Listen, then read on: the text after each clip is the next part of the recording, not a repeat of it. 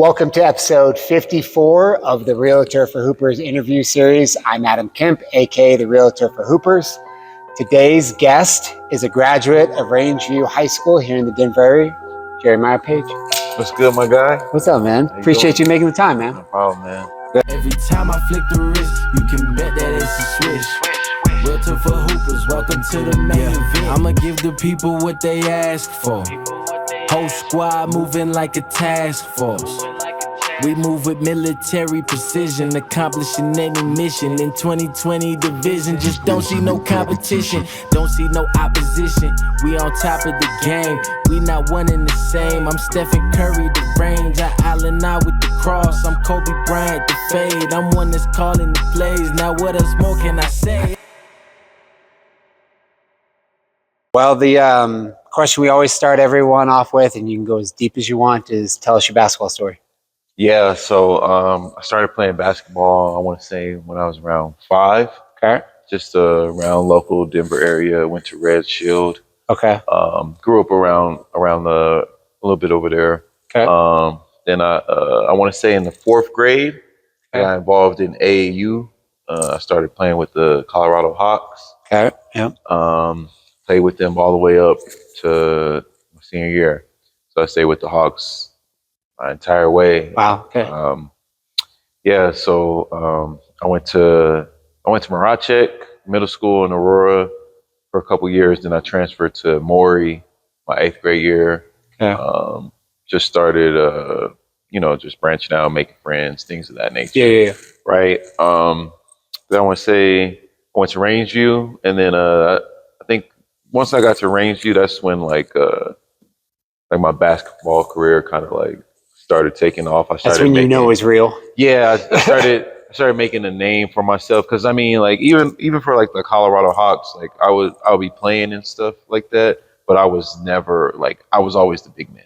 Okay. So like I grew up the big man. Like I was always playing in the post. Never really like handled the ball. I could like probably around that age probably do like a straight line drive, something like that nature, but I really wasn't doing too much or anything like that. But so then I went to Rangeview, and Coach Palmer actually made me start playing more guard, and stuff like that. So and did that just unlock something in you where you're like, not only you love it on a different level, but you want to work a little bit more, you're getting better, like all that? It was just more of just like unlocking a side of me that I didn't know that I really had. And so I always thank him for that, because like I said, I've been playing big all my life until I got to high school, and then I just started playing more guard, point guard, and everything like that. And I want to say around my sophomore year of high school, that's when I really just like took off. You started getting attention from other people. Yeah, I don't know what it was. Like I just came and put my name or my finger on it, because it's like it was more like my athletic ability just like took off. Okay. And like I was just jumping out of the gym, doing things like that.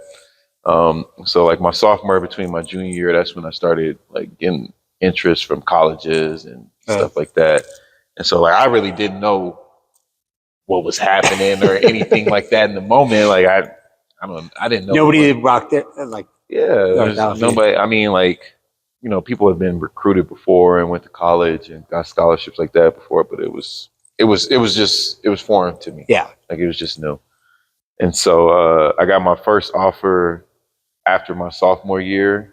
I got it to Colorado from Coach Boyle. Okay. And then my second offer came from Coach Stacey at Colorado State. Okay. So then once those two like offers came, once I hit the summer and the AAU market, I was just starting to get letters and calls and all kinds of things. Yep. So like that experience was cool and stuff like that. So I ended up committing to Colorado State or whatever, and then finishing my high school career out very strong, breaking records, doing things of that nature. So then I went to college. That was more of like I want to say like a culture shock almost. It was just like Fort Collins is a little bit different. Yeah, it was different. Fort Collins was different. College was different. My teammates were so different. So, it was my freshman year was like a struggle because like I said, I really didn't know what I was doing. I was just like going out there playing basketball and stuff like that. And so, I want to say like after I redshirted, that's when like I just like started to really just like really understood what was working hard and things of that nature. Just because, like, you might run around, tell a kid in high school, hey, make sure you're getting up 500 shots in a day. And they'll be like, yeah, I got you or whatever. Yeah. They don't really know what that looks like, How are those 500 shots constructed? Right. How is it really supposed to look? Like, you're not just out there, lay up here, lay up there. There's 2 shots, you know what I mean? That's what I say is like after my freshman year, I really started understanding like what was working hard and stuff like that. Because I went into college, I want to say around 150 pounds. Wow. Yeah. Jeez. So you were nothing. Yeah.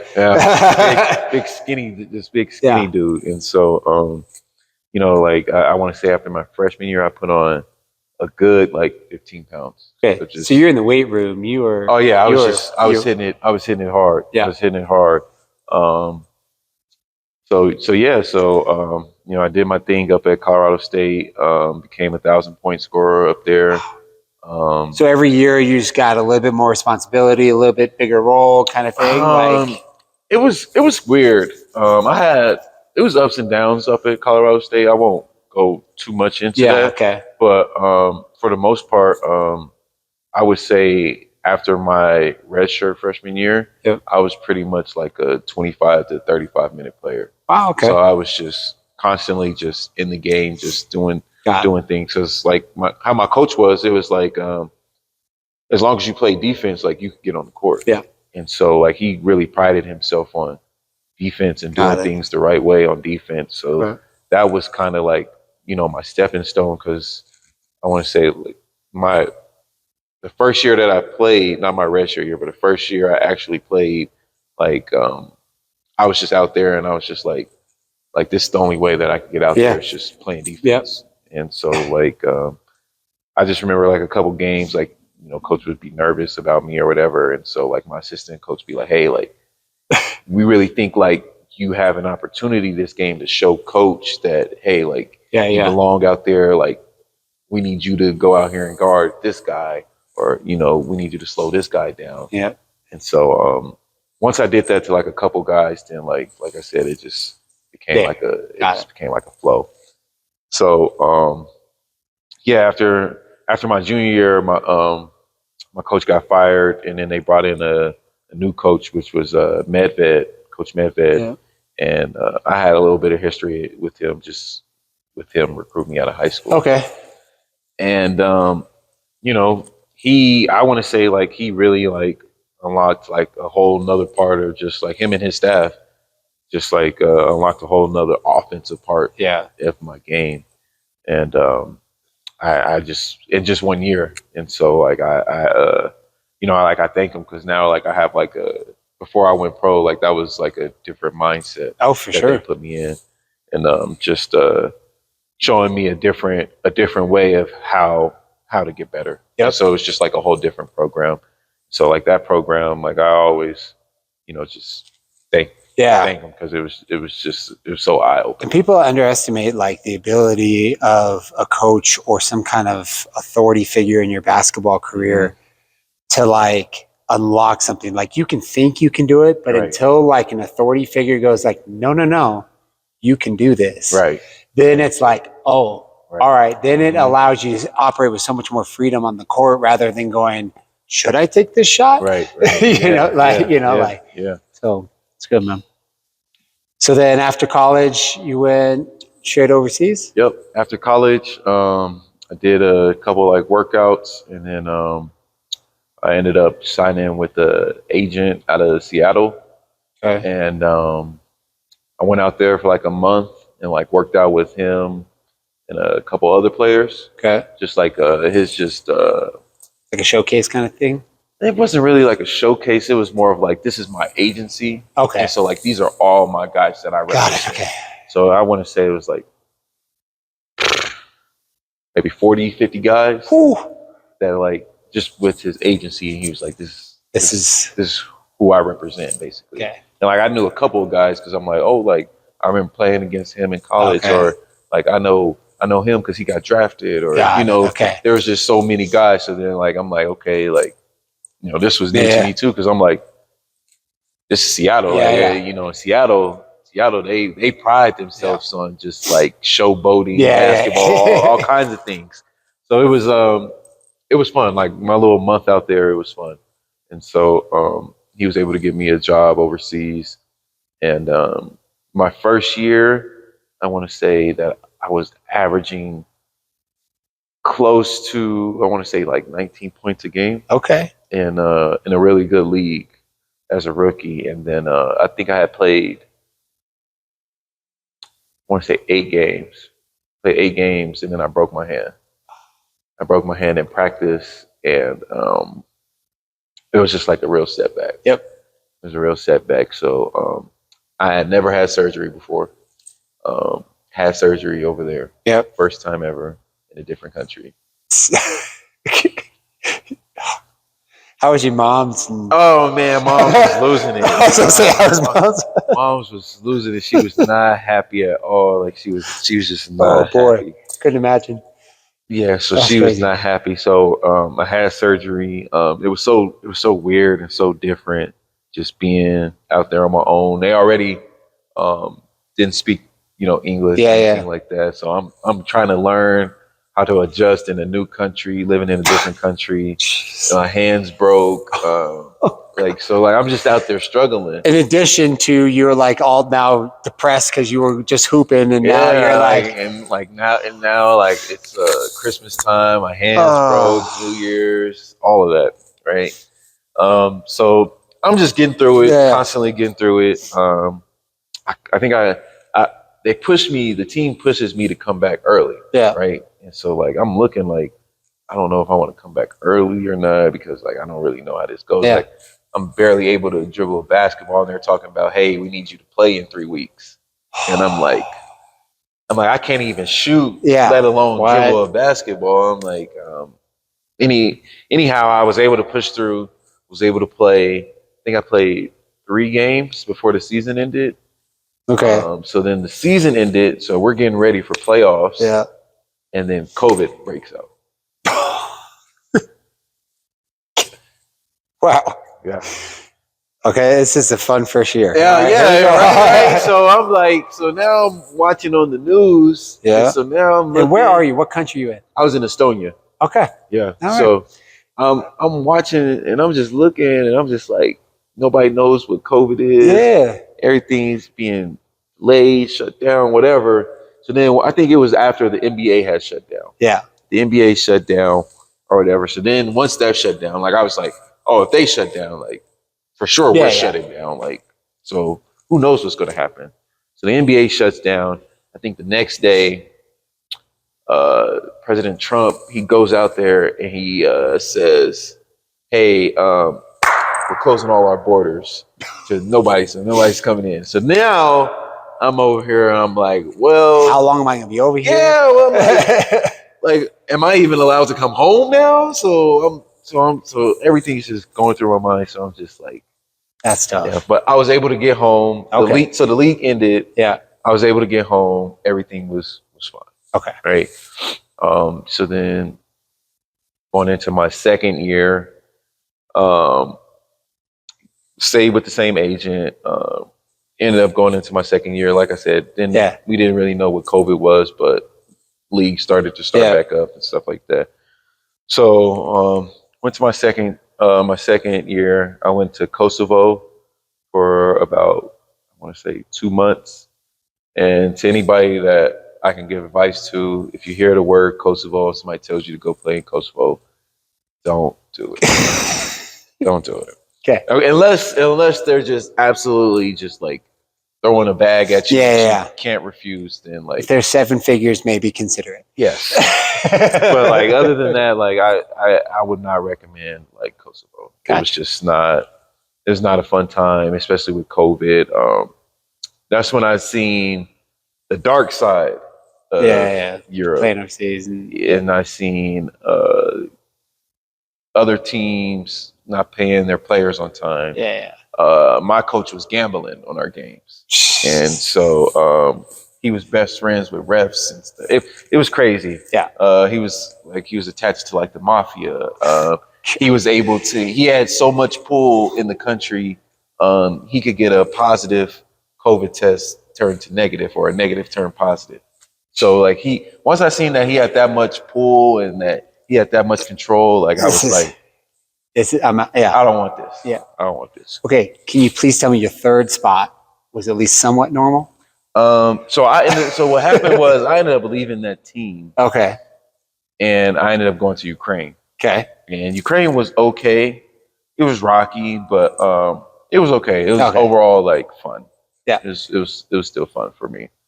And I was looking forward to trying to go back to Ukraine the next year. Okay. But then the war broke out between Ukraine and Russia. Okay. And like my teammates were always telling me, like my Ukrainian teammates were always telling me, oh, you know, Russia's not going to do anything. Like they're not like that. They're not going to start war with us and stuff. I'm like, hey man, I'm like, all these reports are getting kind of serious, bro. And so the next year the war broke out. My team, the team that I actually played for, got hit. The arena or building or whatever you want to call it got hit with a missile, blew up. Right. So I knew that team was gone. War. Yeah. So I think when the war happened, only 2 or 3 teams from Ukraine like survived. They just went and joined other leagues because they just had like, you know, financial stability to where they could do something like that. Okay. So then, so then I leave my agent or whatever because I'm like, yo, like these spots that you put in, it's just not what I expected. So then I meet a good mentor and a friend of mine that I'm still working with to this day. He was like, hey, like if you go to this spot right here in Bulgaria, he's like, if you go play for this team in Bulgaria, like you're gonna take off. Because he's like, what he told me was your first 2 years overseas shouldn't look like this. Especially because he was like, a guy like your caliber coming out of college averaging 16 points a game, you should never have even been mentioned in these places or whatever, or been on these certain type of teams. So he was like, you go to this one team in Bulgaria, and he was like, you could lead the league in scoring. That's what he told me. Well, he's like, you could lead the league in scoring, and he's like, if you do that, then like, take off. So I was like, okay. So I trusted this guy. I didn't know this guy at all. Never met him. Never seen his face. Nothing. Trusted this guy. Went to that team. Led the league in scoring. Took off. Right. Yeah. So Bulgaria was like one of my best seasons. After Bulgaria, I went to Switzerland. Switzerland was nice. There was a lot of like rocky situations, just like with the team, with new management and stuff like that. But overall, like I love Switzerland. Like it was like probably one of the best like places I've lived. By far overseas. And like I lived there for 10 months. Like I was able to bring my mom over there. I took her to Paris for her birthday. My best friend was able to come out to Switzerland. So like it was like a just a good spot for you felt comfortable. For you know, my family to come, my friends to come, just in a good like touristy spot too. So like I love Switzerland. So I ended up trying to go back, but like I said, like it was just like a lot of like rockiness going on with like the management, because the whole thing was I went to a team that they had new manager, new coach, new GM, new owner. So everything from just top to bottom, everything was new. So even the guys at the top were trying to figure out how to handle stuff. And like I'll never forget, like the owner came and told me, he was like, hey, like I think we were allowed to have 4 foreign players on the team. And he was like, hey, like I want all 4 of my foreigners averaging 20. And I'm like, I'm like, listen, I know you love us. But I'm like, hey, like, let's talk about how many shots. NBA teams don't even got guys that 4 guys that average 20. Like, are these 100-minute games? Yeah, or are these... I'm just like, our quarters are shorter too. So I'm just like, I'm like, when he told me that, I instantly told my agent, like, I'm like, hey, like, this is what he said. So I'm just letting you know where his mind is at. Yeah. So that was it was a little weird. But after that, after Switzerland, I was able to go to Sweden, and I went to Sweden, and I was so mad at how like the situation had ended in Switzerland that when I went to Sweden, like I just had like a killer mindset. Okay. So I love my time in Sweden too, but I was only in Sweden for, I want to say 2.5 months. Wow. So I was in Sweden for 2.5 months, and I was playing on a team that was like bottom of the league. Because I think there was 10 teams in Sweden, and I think when I joined the team, they were 8th or whatever. Okay. And after like a month and a half, we were top 3. Yeah. We were top 3. I was having like one of my best seasons ever, and I think I was MVP of the month. That's cool. I was leading the league in scoring again. Used all that motivation for a good thing. Yeah, and so I was able to help the team out because another team bought my contract out. Okay. So like it was able to give me extra money. It was able to give the team extra money. So we was able to part ways on like good terms. Okay. So then I went to Hungary, and my team in Hungary, it was a crazy year for Hungary that year. And the thing is about overseas is that depending on the league in the country and stuff like that, determines on the play. Okay. Yeah. And what I mean by play is like some countries you're only allowed to have 3 foreigners. Yeah. And then you may only be allowed to have 2 Americans on the court at a time, or maybe 3. Oh, okay. And so like it differentiates from just country to country. Yeah. And so Hungary was like one of those countries that they wanted like foreigners to play. Okay. So their rule was weird. It was you can have 4 foreigners on the court at the same time, as long as there's just 1 Hungarian player on the court, right? And then it said for the first half, you had to have a Hungarian on the court that was under the age of 20 for the whole first half. Okay, so they're trying to build Hungarian youth basketball, I guess, or something. Yeah. Okay. So all right. So like that was weird because I'm looking at our underage 20 guys and I'm like, these guys look like they're under 20, like they're guard. I think we had a little guard that could play a little bit. We had another one who was just mainly like his role was just like to go out there and play defense, hit the open shot. Then we had like a backup big who could actually like be good. He was good at picking and popping. Okay. Really athletic. I think he was like maybe like 17 too, and he was like you could see like this guy could be good. Yeah, I was like this guy could be good. But compared to all the other teams that had guys that were under 20. I'm like, no way this guy's under 20. Because I'm like, this guy, 6'7", maybe 6'8", weak. Man body. Yeah, maybe 220. Yeah. I'm like, come on now. Like, this guy is under 20. There's no birth certificates being checked. Yeah, but but the league was fun. So like, it was super fun. It was like one of the most competitive like leagues I've been in. Okay. And it was just like super dope. It's great, man. And I think my team, we finished top 4. Or whatever, and like I had a really good season. I think I led the league in 3-point percentage that year. Okay, shooting. I think I shot.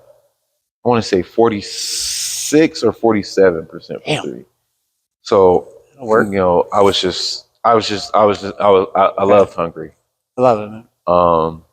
And then after Hungary, I did some dumb things. I signed with a bad agent. Okay, and I went to the Netherlands. The Netherlands is like a joint league with Belgium. Okay. So like it's a really good and competitive league. But like I went with a bad agent. He didn't know what he was doing. He put me on a bad team. Okay. And it just didn't work out. Okay. And like when it didn't work out with him, he just like kind of just like bad mouthing my name. Oh dang. Okay. And so like That's it just not like it was just so crazy. So like Bad I was situation out there. I was just so like last summer was just so weird after that because it was just like how am I going to bounce back from that? Like and I literally like did not know what I was going to do. And so I ended up going back to Estonia this past year. And so like Estonia is a joint league too. It's Estonia and Latvia. Yeah. And so like the thing is that I think Estonia, I think they have two really like high level teams that like go out there and just like play against like other countries' best teams and still just like be able to win and put up a fight. Got it. Like that. But the Latvian teams, like they hold the weight for the league really because it's like the Latvian players are, in my opinion, better than the Estonian players. Okay. So like the Latvian teams are way more equipped with better talent, better players. Yep. And so I think Latvia maybe has, I want to say 3 or 4 like really top teams that could do the same, just go out and compete against anybody. That's awesome, man. Well, thank you for going through that, man. I appreciate that. Like, I know it's been a journey, so that's why I was very interested to hear everything. So, have you ever counted how many spots total? How many spots total? Is it 8? 9? 9. Okay. So, of the 9 spots, if you had to pick a spot that was kind of your favorite, which spot would that be and why? And it doesn't have to be just for basketball or just for off the court, but maybe kind of combine it and see what. Nothing beats Switzerland, man. Yeah. Nothing beats it's Switzerland and Sweden for me. Yeah. Switzerland was just so. It was just so fun. It was a different experience. The city I was in, I was living in Geneva, so it's like one of the main cities, and I just loved it there. Like there was just always something to do. Okay. Outside of basketball, because that's the main thing is that when you go overseas, you're going to have your basketball time. Yeah. But it's like, what am I going to do outside of basketball? Especially if you don't know the language and things like that. Is there something? Can I go walk around somewhere and look at something? And that's what I mean by like there was always something to do. Like they got this big old lake that shoots the water to, I think it's like 60 feet high. Oh, 7 feet high. Okay. Something like that. But like that's just like in the middle of the city. That's so awesome. Like you just go down there, you're just able to walk around, just clear your head. They also have mountains too. Okay. So like there are mountains and our mountains are like rivals. Like I would literally consider like the Swiss Alps and stuff like that. Yeah, for sure. To the Rockies. Yeah. So like, you go down there, you go to the lake. Yeah. Clear your mind, or you could go take a drive in the mountains. Yeah. Go up there, clear your mind, whatever. So there was just always something to do. You could go down to the city, just watch whatever. Like there was just always something to do, and so like that was just it was just so much fun just being in Switzerland. And the thing is too about Switzerland is just it's right in the middle in like Europe, so you're close to everything. So like you're close to Paris, you're close to you're close to Italy. Take a train and you're there. Yeah, you're close to Germany. Like you're all right there in that little area. So like that was one of the main things, and also too my family loved it. Yeah, that's a big bonus. I want to say Sweden too. Sweden was nice. It just snows there a lot. Like the only thing with Sweden is that it's the cold. It was so cold. It was like Alaska cold because it's just so up north. Yeah. So like it was just freezing cold. Like I'm talking like I have to wear 2 jackets and a coat. Well, if you watch the Winter Olympics, you'll understand why Sweden's so good at the Winter Olympics. Yeah, literally. Like it was just like even like the snow that came, like the snow's coming up to here and stuff. So I'm just like, yo, like this is crazy. Yeah. Like, only thing that I didn't like about Switzerland, what I didn't like about Switzerland is that it's so expensive there. Okay. Like overly expensive. So like the best way I could describe it is you go to McDonald's here in America or whatever, you go get a Big Mac meal. Yeah. It's about, I don't know, $10, $11, whatever. Switzerland, $22 for a Big Mac meal though. So it's just like, if Big Mac is $22, then what's the steak or what's the whatever? Then that's tough. Yep. Yeah, it's tough to make that last, make that money last. Yeah. So that was just the only thing about Switzerland. But other than that, beautiful. Sweden, beautiful. Like those were the two countries that I was like, wow, like these are, I love it, man. Some amazing countries. So what? So now, since you've been through all these spots and been through all these experiences, what is kind of maybe one main suggestion that you would like to give to youth players kind of coming up about getting their first contract overseas, or what they need to pay attention to and all that? So like the main thing that I would say is to just maintain your body, know your body, maintain your body, right? Because the first thing that a team does is a team will sign an American player or whatever, right? Yeah. And the first thing they do is when you get there, they're looking at what does he do wrong, right? Yeah. So like if you were sold, to a team and like you were like your agent was like, hey, like this guy is like one of the greatest shooters. He plays incredible defense. Yeah. He's 6'6". Yeah. Right. And he can just he's what you're looking for, right? They'll sign you on the word. They'll do their research or whatever, right? But then the first thing they do when you get over there, they're sizing you up. Yeah. Right. So like it might be like, oh, he's not 6'6", right? Yeah. He's 6'4". And then now comes the other things, right? Now let's see what his work looks like on the court, right? Is he in shape? Yeah. Is he not in shape? Right. So now they're starting to just tic-tac, right? And so now say like you were sold as a shooter and now you get there, you're not making shots, right? Now they're going to be like, hey, like, we don't, this ain't who we thought we were getting. Yep. Or like, say you get like a point guard who's like, you're selling them to the team as like, hey, this is a pass first point guard, right? He's going to make the right pass. He's going to look for the big, whatever, right? And then he gets there and all he's doing is just taking mid-range pull-ups, right?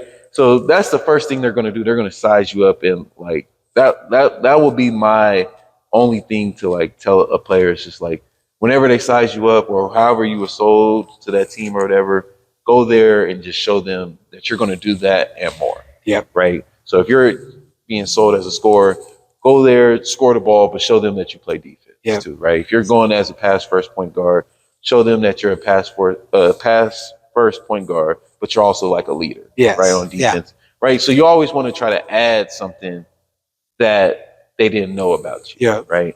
And so that's one thing. Another thing is just like maintaining your body, right?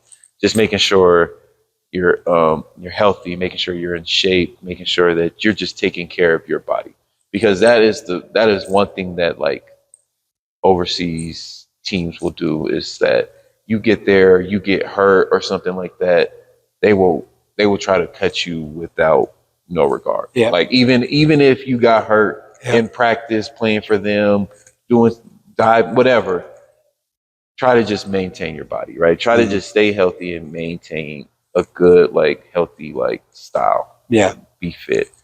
Another thing is, another thing I would say is that overseas is probably like 35%, maybe 35 to 40% basketball. The other half or the other 60% of that is all mental. Yeah. Right. So you always want to make sure you keep your mental straight, right? Because if your mental's not straight, you can't perform. Yep. And so like, overseas it could get lonely sometimes. It could get a little frustrating. But like, what are you doing, like you said, to just keep your mental straight? And so one thing for me is like, I always like to get out the house. Yeah. Right. If it's not a country that's snowing a lot, like I'm gonna try to get out the house as much as I can. I'm gonna go try to people watch. I'm gonna go to a coffee shop. Yeah. I'm gonna just go somewhere where I'm not in the house and I'm able to just like interact with people. Right. You also want to try to find people that speak English too. Yeah. So if you find people that could speak English, they can help you around the city too as well. So like I always try to find like a teammate that, you know, is a local but can also like, you know, help me out around if I need it. You know, if I'm like, hey, like, do you know where this is, or do you know where this spot is, or can you help me with this? Or even if like I go to like a store or something and somebody says something to me, like I could easily like call my teammate and be like, hey, like, what is this person saying? What are they, am I messing up with what they're doing? You know, so like that was just a main thing, is always trying to keep your mental straight. Cool. And so that's one thing that like I had to focus on. I want to say after my second year. Okay. Overseas, it's just like, okay, like how do I keep my mental strong? What am I doing to just keep that, keep it strong and build it up? Really. Love it, man. Well, sweet. Well, we always talk a lot of basketball on this podcast, but I'm curious, what are interests outside of the court? Yeah. What's crazy is like I love hiking. Okay. Which is crazy because I did not like it at first. But like I like getting outdoors. I like just like animal watching. So like I like to just go up to the mountains and just be like, okay, like what animal am I going to see today? I love it. And so like I'll go up there for some hours, just chill up there and just see like what am I going to see, or just driving around the mountains trying to find something to do. Hiking. I like to swim, but I can't swim, so like I don't do it as often. You like to be in the water. Yeah, I like to be in the water. You know what I'm saying? On a nice hot day, you know. You like to be standing in the water. Yeah, you know what I mean. So, you know, I like to do that. I'm getting into more and more of writing, and just like I want to say 2 years ago, I started trying to write like just like a sci-fi novel, sci-fi novel. Wow. And so I'm just trying to stay on track with that. I do like to write though. Like I do like to write blogs and stuff like that. I'm just trying to get all that stuff together and stuff like that. So I would say that like I've probably written close to maybe 25 to 30 blogs. Okay. And like you've got some experience for sure. Yeah, you know, just want to. I have like a website, but I haven't like paid for like a domain or anything like that. So like I'm just, because I told myself like when I publish all of it, I just want to hit the ground running. Gotcha. Right, I want to hit the ground running. I don't want to hit the ground and be like, okay, do I need to do this? Do I need to do that? I want to hit the ground full force in writing mode. Oh man, that's cool. So that's one thing that like I'm starting to like transition into more. It's just like writing. I love it, man. Well, sweet.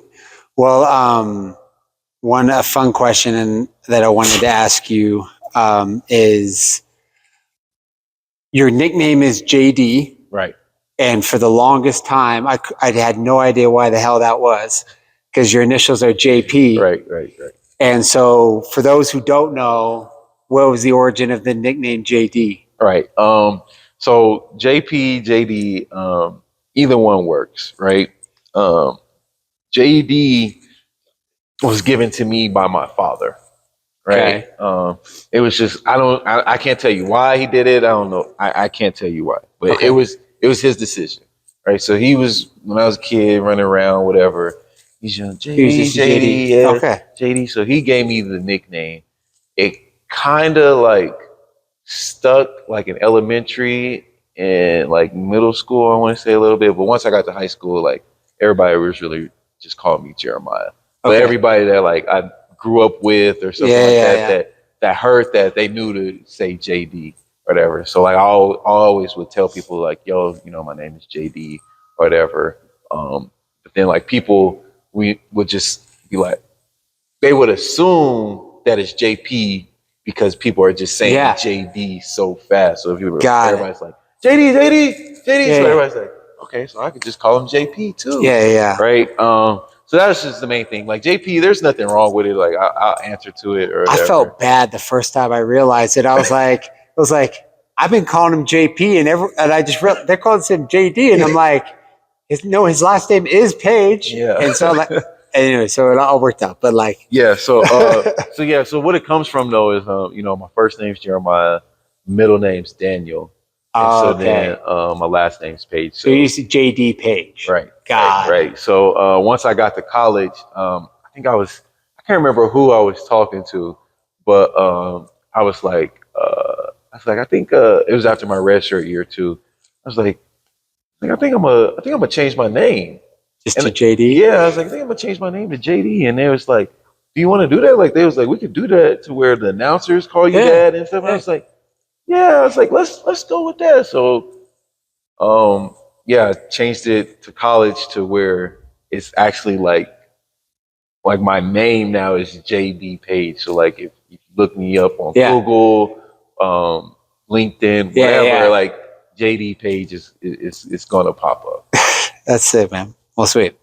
All right. Well, going into speaking of Colorado State, I always like to do kind of a debate question. Okay.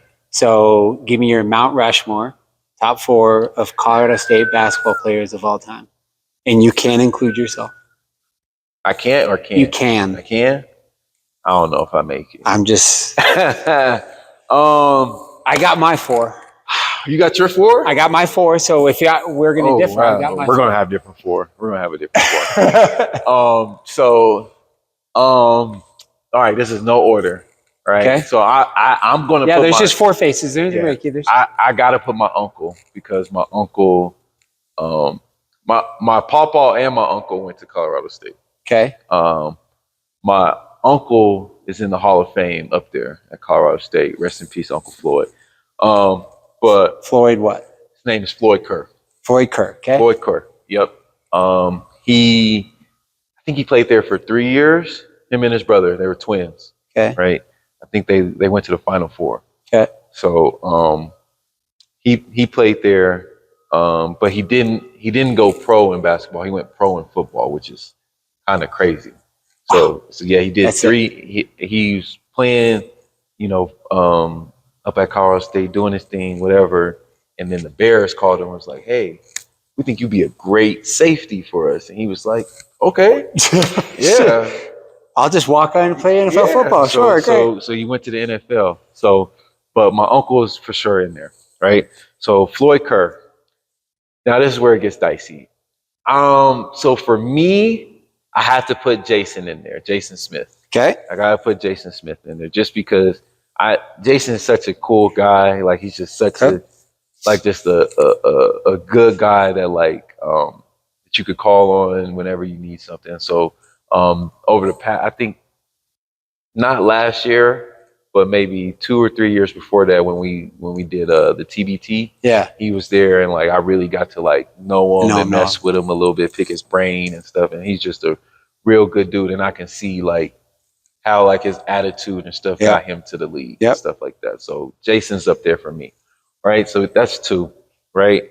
3, I'm gonna put. This is where it got tough for me. It's between Dorian and Greg. What is Dorian's last name? I can't remember Dorian's last name. But he was there I want to say my senior year in high school. I think my junior year or my senior year was his last year at Colorado State. I can't remember his name right now. I don't know if he's still coaching, but he was coaching at Northern Colorado these past couple years. Okay. All right. We'll look him up. Dorian Green. Okay. Dorian Green. Yes. Okay. So he was one of the reasons why I got committed to Colorado State. I just love the way he played basketball. He just was a floor general, always making clutch shots. I just this guy knows how to play basketball. Okay, so he's in the 3 spot. Yeah, you said Greg. Yep. It was between him and Greg because they played. No, together. So you have 4. You have 2 more. 2 more. So you have. I got Floyd. I got Jason. Dorian. Greg. 4. You have 4 faces. No, Greg's not. I said it's between Dorian and Greg. Oh, okay. Yeah, so then who's your 4th? I don't know who that there is between them 2. Okay. They're fighting for that. But my 4th, and But fourth, there's two people fighting for it too. It's between one of my little bros. It's between either Isaiah Stevens or David Roddy. And I'll probably give it to Zay more than D-Rod, just because D-Rod was there for 2 years and then he went to the league. Got it. But Zay, like, he did so much for like the team and so much for the fans and just so much for Fort Collins that, like, he's just a legend. Gotcha. Like, he's just solidified as a legend. All right, so you got Floyd, you got Jason, you got we're going to say Dorian, and then we're going to say Isaiah Stevens. Okay, so we actually got two of the same. Okay. So we have Jason Smith. Jason Smith, and Isaiah Stevens. Okay, I had that. Okay. My last two is just because he does a lot still in the Colorado basketball community, is Milt Palacio. Okay, Milton. Yep. Milton. Okay, I like that. And then kind of a dark horse though is Becky Hammond. Oh, I didn't know we could throw women up in there too.